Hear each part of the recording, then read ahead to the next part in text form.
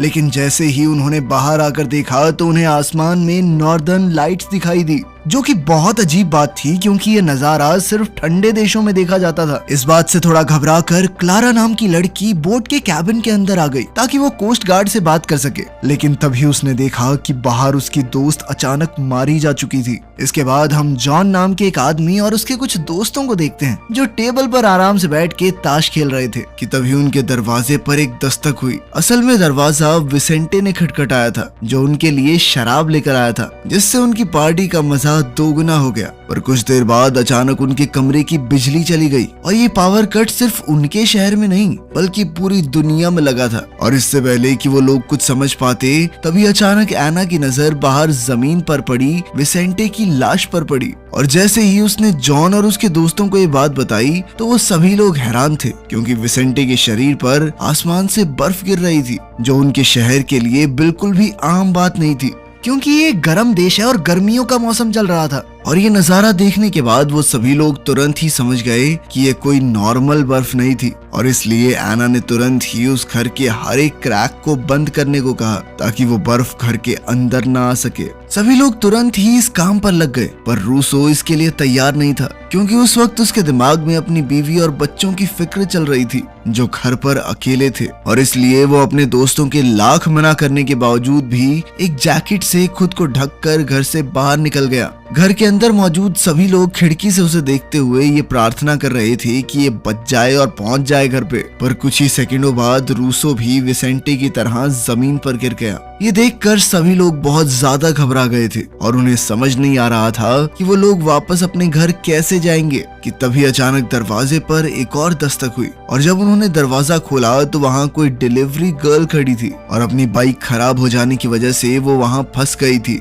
पर खुशकिस्मती से उसने खुद को एक वाटरप्रूफ शीट से ढका हुआ था जिस वजह से उसकी जान बच पाई थी। ये बात पता लगते ही सभी लोग बाहर निकलने का रास्ता ढूंढने में लग गए, जिसके लिए सबसे पहले वो गैराज में पहुंचे। पर बदकिस्मती से वहां मौजूद सभी गाड़ियां खराब पड़ी थी, जिसके बाद उन सभी ने मिलकर जॉन के लिए एक वाटरप्रूफ सूट तैयार किया और साथ ही उसे एक गैस मास्क भी दिया। इसके बाद भी जब जॉन घर से बाहर निकल रहा था तो सब लोग बहुत ज्यादा घबराए हुए थे, पर खुशकिस्मती से जॉन सही सलामत बाहर चल पा रहा था। जिसके बाद वो अपने दोस्तों को जल्द से जल्द वापस आने का इशारा करके उस इमारत के लिए निकल गया जहां उसकी एक्स वाइफ और बेटी मौजूद थी। इस जहरीली बर्फ ने जॉन के साथ साथ पूरे शहर को अपनी गिरफ्त में ले लिया था। और रास्ते से गुजरते वक्त जॉन की नजर हजारों लाशों पर पड़ी और तभी अचानक उसे किसी के सीटी मारने की आवाज सुनाई दी। और जब उसने पीछे मुड़कर देखा तो उसकी नजर एक खंबे से लटके हुए इलेक्ट्रिशियन पर पड़ी जो बर्फ गिरने के समय वहां काम कर रहा था और अब उसका शरीर वहीं चिपक गया था। सुबह हो चुकी थी पर बाहर अभी भी लगातार बर्फ पड़ रही थी। सुबह नींद खुलने के बाद एना ने देखा कि उसका पति पूरी रात नहीं सोया था और इसलिए उसने अपने पति के लिए चाय बनाने का फैसला किया, जिस दौरान घर में पानी को लेकर बहस छिड़ गई क्योंकि सभी लोगों को डर लग रहा था कि हो सकता है कि पानी के अंदर भी वो जहर मौजूद हो। और साथ ही उनके पास गिनती की ही पानी की बोतल बची थी। अब पानी लाने के लिए उन्हें दुकान पर जाना होगा और इसके लिए उन्हें जॉन का इंतजार करना था। इधर जॉन लगातार आगे बढ़ता जा रहा था पर तभी उसकी नजर सामने से आ रहे एक और आदमी पर पड़ी, पर जॉन किसी भी तरह का खतरा नहीं उठाना चाहता था और इसीलिए उसने अपना रास्ता बदल दिया। इधर जॉन के साथियों को डर था कि कहीं लुटेरे उन्हें आकर लूट ना ले। कुछ देर बाद जॉन को चलते चलते एक ट्रेन मिली जिसके चारों तरफ हजारों लाशें पड़ी हुई थी, पर तभी उसकी नजर ट्रेन के एक डब्बे पर पड़ी जहां कुछ लोग अभी भी जिंदा थे, लेकिन उस वक्त जॉन उनके लिए कुछ भी नहीं कर सकता था और इसीलिए उसने उन्हें तुरंत एक बोतल पानी दे दिया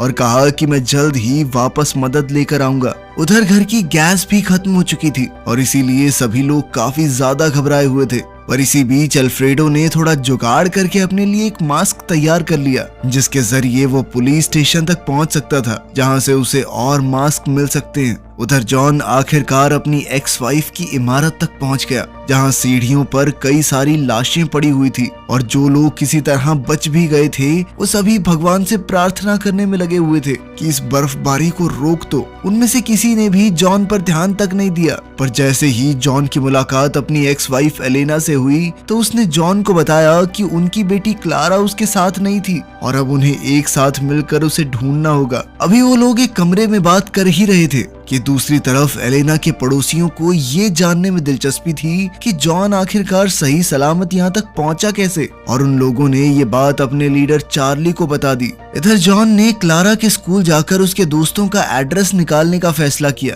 पर जैसे ही वो कमरे से बाहर निकलने लगा तो सभी पड़ोसियों ने उसे चारों तरफ से घेर लिया, जिसके बाद चार्ली ने उससे तुरंत उसका गैस मास्क मांगा। पर जॉन जानता था कि अगर उसने मास्क चार्ली को दे दिया तो वो अपनी बेटी को कभी नहीं ढूंढ पाएगा, और इसीलिए जॉन ने तुरंत ही अपनी बंदूक निकालकर वहां से भागने की कोशिश की, जिसके बाद सभी लोग एलेना और जॉन का पीछा करने में लग गए। उन सब से बचने के चक्कर में वो लोग एक खाली घर में घुस गए, जहां जॉन ने एलेना को किसी भी तरह का वाटरप्रूफ सामान ढूंढने को कहा ताकि वो लोग उसके लिए भी एक मास्क बना सके। इधर जॉन और एलेना सामान ढूंढने में लगे हुए थे, वहीं दूसरी तरफ चार्ली और उसके साथी लगातार दरवाजे को तोड़ने की कोशिश कर रहे थे। और जल्द ही जॉन को एहसास हो गया कि उनके पास अब ज्यादा समय नहीं था, और इसीलिए उसने अपना मास्क और गियर एलेना को देते हुए उसे तुरंत ही स्कूल की तरफ बढ़ने को कहा।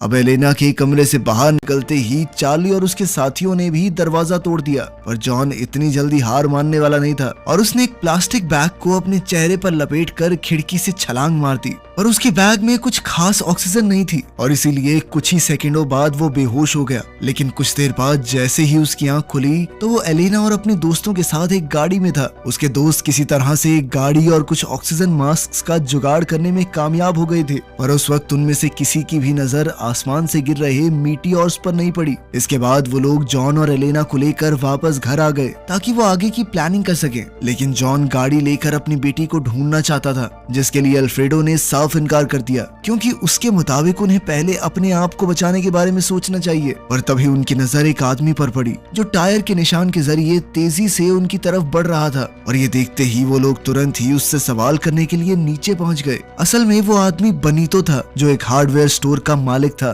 उसने उन्हें बताया कि पास ही के एक कैंप में और लोग भी फंसे हुए हैं जिन्हें मदद की सख्त जरूरत थी। पर अल्फ्रेडो अभी भी अपनी बात पर अड़ा हुआ था और उसने मदद के लिए साफ इनकार कर दिया। पर जब वो बनीतो से बात कर रहा था तभी उनका एक साथी सभी को धोखा देते हुए गाड़ी लेकर वहां से भाग निकला। लेकिन बदकिस्मती से रास्ते में उसका ध्यान आसमान से गिर रहे मीटियोर पर पड़ा और इसी बीच उसकी गाड़ी की टक्कर हो गई। इसके बाद जॉन और एलेना भी अपने दोस्तों को छोड़कर अपनी बेटी को ढूंढने निकल गए, पर इसके लिए उन्हें गाड़ी की जरूरत थी और किसी तरह से उन्होंने एक गाड़ी ढूंढ भी ली। पर जैसे ही वो उसके अंदर बैठे तो उनकी नजर वहां से गुजर रहे लुटेरों की गाड़ी पर पड़ी, जिनसे बचने के लिए वो लोग तुरंत ही छुप गए। जॉन और एलेना इस बार तो बच गए, पर पूरे शहर में लूटपाट तेजी से बढ़ती जा रही थी। उधर पड़ोस में हो रही लूटपाट को देखते हुए अल्फ्रेडो को भी अब डर लग रहा था। इधर जॉन ने एलेना को सेक्रेटरी ऑफिस से क्लारा की उस दोस्त का एड्रेस निकालने को कहा जिसके घर वो गई थी, और वो खुद एक गाड़ी ढूंढने में लग गया। उधर घर में वो डिलीवरी गर्ल काफी ज्यादा हताश हो गई थी और इसीलिए उसका ध्यान भटकाने के लिए अल्फ्रेडो ने उसे बाहर नजर रखने की जिम्मेदारी दे दी और वो खुद सुपरमार्केट से और सामान इकट्ठा करने के लिए निकल गया। इधर जॉन को आखिरकार एक गाड़ी मिल गई थी और वो उसे लेकर तुरंत स्कूल के लिए निकल गया।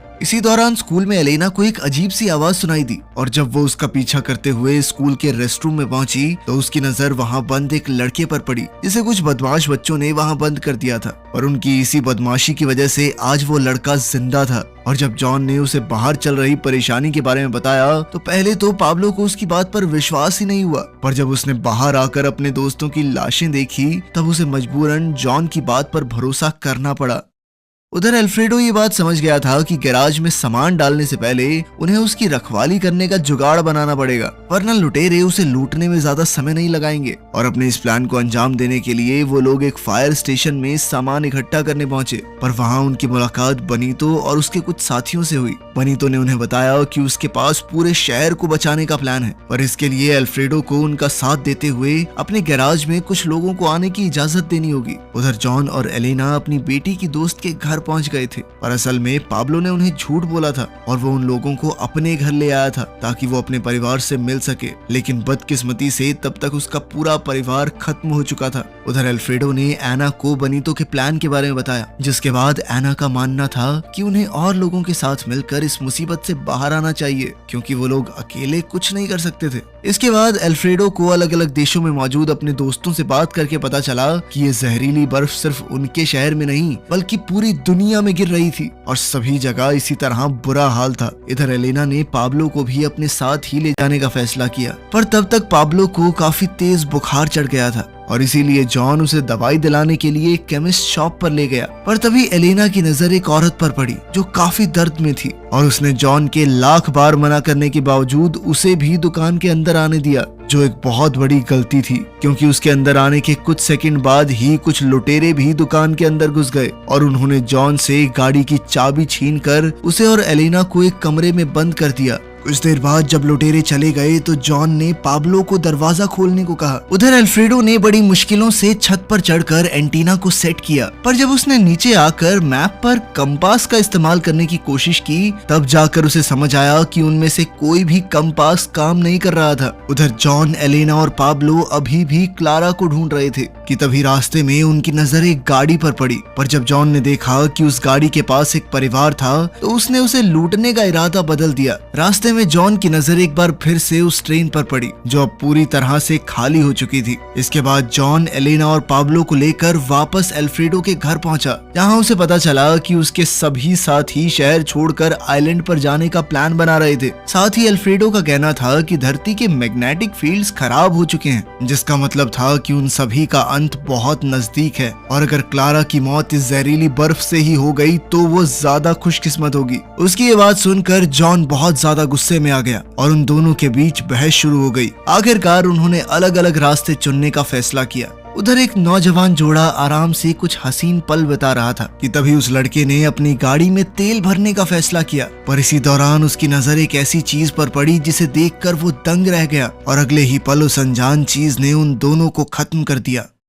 इधर जॉन के सभी साथी उसे छोड़कर जाने के लिए तैयार थे कि तभी एलेना को याद आया कि उनके कूड़ेदान में एक पुरानी फोन डायरी पड़ी हुई थी जिसके जरिए वो क्लारा के दोस्त का एड्रेस निकाल सकते थे। इसी दौरान अल्फ्रेडो मार्केट से कुछ सामान लेने के लिए गया हुआ था और तब उस डिलीवरी वाली लड़की ने बताया कि जॉन एक बार फिर से अपनी बेटी को ढूंढने निकल गया है। तो उसने भी अपने दोस्त का साथ देने का फैसला किया क्योंकि वो और जॉन पिछले 40 साल से दोस्त थे और अल्फ्रेडो इस वक्त उसे अकेला नहीं छोड़ना चाहता था। रास्ते में अल्फ्रेडो ने जॉन को बताया कि वो आइलैंड पर इसलिए जाना चाहता है क्योंकि सिर्फ वो एक जगह बची है जहां वो लोग शायद जिंदा बच सकते हैं, क्योंकि उसके मुताबिक पूरी धरती तबाह होने वाली है। लेकिन तभी उसकी नजर एक बोर्ड के नीचे पड़ी सैकड़ों गाड़ियों पर गई और जैसे ही वो लोग उसके करीब जाने के लिए नीचे उतरे तभी फौज भी वहां पहुंच गई और उन्होंने उन दोनों को तुरंत ही वहां से निकलने का आदेश दिया। पर वो दोनों इतनी जल्दी हार मानने वाले नहीं थे और उन्होंने फौज की गाड़ियों का पीछा करने का फैसला किया। लेकिन कुछ देर फौज का पीछा करने के बाद उन्होंने देखा कि फौजी अचानक किसी चीज पर गोलियां चला रहे हैं, जिससे बचने के लिए अल्फ्रेडो ने तेजी से गाड़ी को रिवर्स करने की कोशिश की।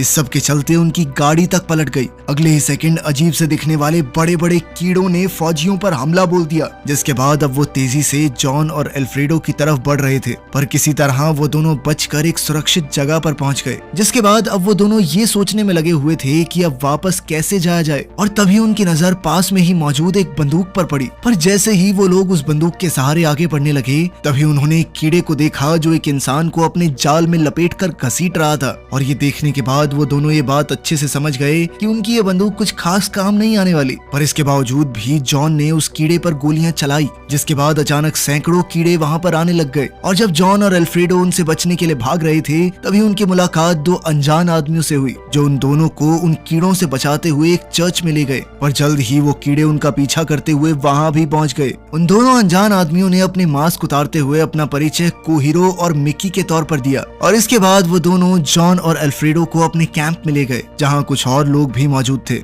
उस ग्रुप की लीडर एक औरत थी जिसने खिड़की से उन दोनों को आसमान से गिर रहे मीटियोर्स दिखाए और उनके मुताबिक यही मीटियोर्स उन कीड़ों को धरती पर ला रहे थे। और जैसे ही अल्फ्रेडो को एहसास हुआ कि एक एलियन हमला है, वो तुरंत ही अपनी बीवी के पास वापस जाने की बात करने लग गया। पर उस औरत ने किसी तरह से अल्फ्रेडो को दरवाजा खोलने से रोक दिया। उस रात उनमें से किसी को भी नींद नहीं आई और अब जॉन को लग रहा था कि वो अपनी बेटी से फिर कभी नहीं मिल पाएगा। कुछ देर बाद जब वो बाहर निकला तो उसकी नजर बाहर खड़े हजारों कीड़ों पर पड़ी, जिसके बाद वो समझ गया कि वो लोग ज्यादा देर तक यहाँ नहीं रुक सकते और इसीलिए उन्होंने किसी और जगह जाने का फैसला किया। सभी लोगों ने इसके लिए तैयारी की पर एक बूढ़े आदमी ने वहीं रुककर अपनी बीवी के साथ रहने का फैसला किया।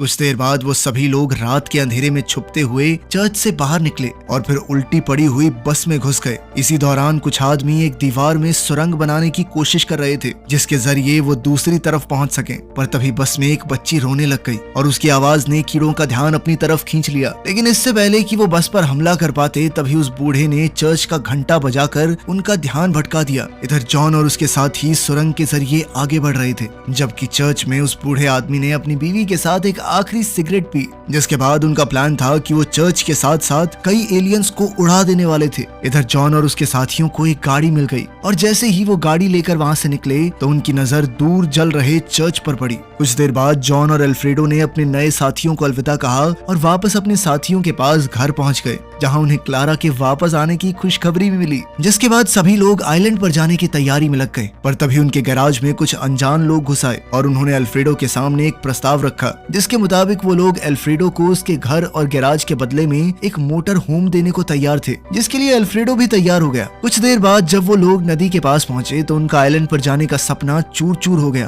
क्योंकि तब तक नदी का सारा पानी सूख गया था और अब उन्हें एक नई जगह का इंतजाम करना था। कुछ देर बाद वो लोग एक शॉपिंग मॉल में पहुंचे, जहां जॉन और अल्फ्रेडो की मुलाकात अपने चर्च वाले साथियों से हुई और उन्होंने उन सब को साथ चलने का आमंत्रण दिया। पर जब सभी लोग काफी समय बाद आराम कर रहे थे तभी अचानक क्लारा को एक दौरा पड़ा जो उसे आज से पहले कभी नहीं पड़ा था और सभी का मानना था कि ये उसके सर पर लगी चोट की वजह से हुआ था। उधर अल्फ्रेडो को क्लारा के उसकी बोट पर जाने के पक्के सबूत भी मिल गए, लेकिन क्लारा को कुछ भी याद नहीं था। अगली सुबह जॉन को लोगों के चिल्लाने की आवाज सुनाई दी। असल में अब बर्फबारी बंद हो चुकी थी और अब कोई भी इंसान आराम से बाहर जा सकता था। सभी लोग बहुत ज्यादा खुश थे, पर उनका एक साथी लूकस गायब हो गया था और जब वो लोग लूकस को ढूंढ रहे थे तभी अचानक कुछ लोगों ने शॉपिंग मॉल पर हमला कर दिया। अपने दोस्तों को बचाने के लिए जॉन ने एक एक करके उन आदमियों को मारना शुरू कर दिया, पर तभी अचानक लूकस फौज के साथ वहां पहुंचा, पर वो ठीक से ये नहीं बता पा रहा था कि आखिर वो फौज तक पहुंचा कैसे। जॉन को उस पर शक तो हुआ, पर इसके बावजूद वो फौज के साथ बेस कैंप पर जाने के लिए तैयार हो गया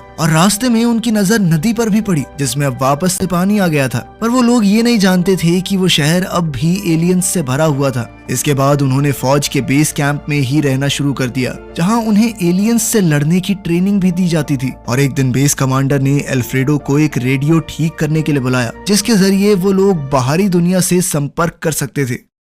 काफी समय बीतने के बाद भी जॉन उस औरत के बारे में सोच रहा था जिसने शॉपिंग मॉल पर हमला किया था, क्योंकि वो एक बार पहले भी उस औरत से मिल चुका था। वो एक अच्छी इंसान थी जो अपने होशो हवास में कभी ऐसे लोगों पर गोलियां नहीं चलाएगी। हर रोज बेस कैंप पर नए लोगों को लाया जाता था और एक दिन ऐसे ही अल्फ्रेडो की नजर अपने पुराने पड़ोसी रॉबर्टो पर पड़ी। पर जैसे ही वो उससे बात करने के लिए गया तो रॉबर्टो ने बड़ा ही अजीब बर्ताव किया। इधर जॉन का कहना था कि उन्हें उस कैंप से निकलकर वापस आइलैंड पर जाने के प्लान पर काम करना चाहिए, लेकिन बाकी सभी लोग उसकी बात से सहमत नहीं थे। उसी रात जॉन से मिलने के लिए दो अनजान लोग आए और उन्होंने जॉन के सामने एक साथ बेस कैंप से भागने का प्रस्ताव रखा और इसके लिए वो लोग एक लोकल ट्रेन को हाईजैक करने वाले थे। लेकिन कुछ भी करने से पहले जॉन को सबसे पहले अल्फ्रेडो को इसके लिए मनाना था। अगली सुबह वो सभी लोग प्लान के मुताबिक बेस कैंप से बाहर निकले और फिर एक लोकल ट्रेन को ट्रैक पर चढ़ाकर बेस कैंप से दूर निकल गए। सभी लोग बहुत ज्यादा खुश थे, पर उन्हें अपना आखिरी रास्ता पैदल ही पार करना था, क्योंकि किसी ने शहर के रेलवे ट्रैक्स को तबाह कर दिया था। उनको शहर की सभी चीजें काफी अजीब लग रही थी और साथ ही वहाँ उनकी मुलाकात कई लोगों से हुई जो काफी अजीब बर्ताव कर रहे थे।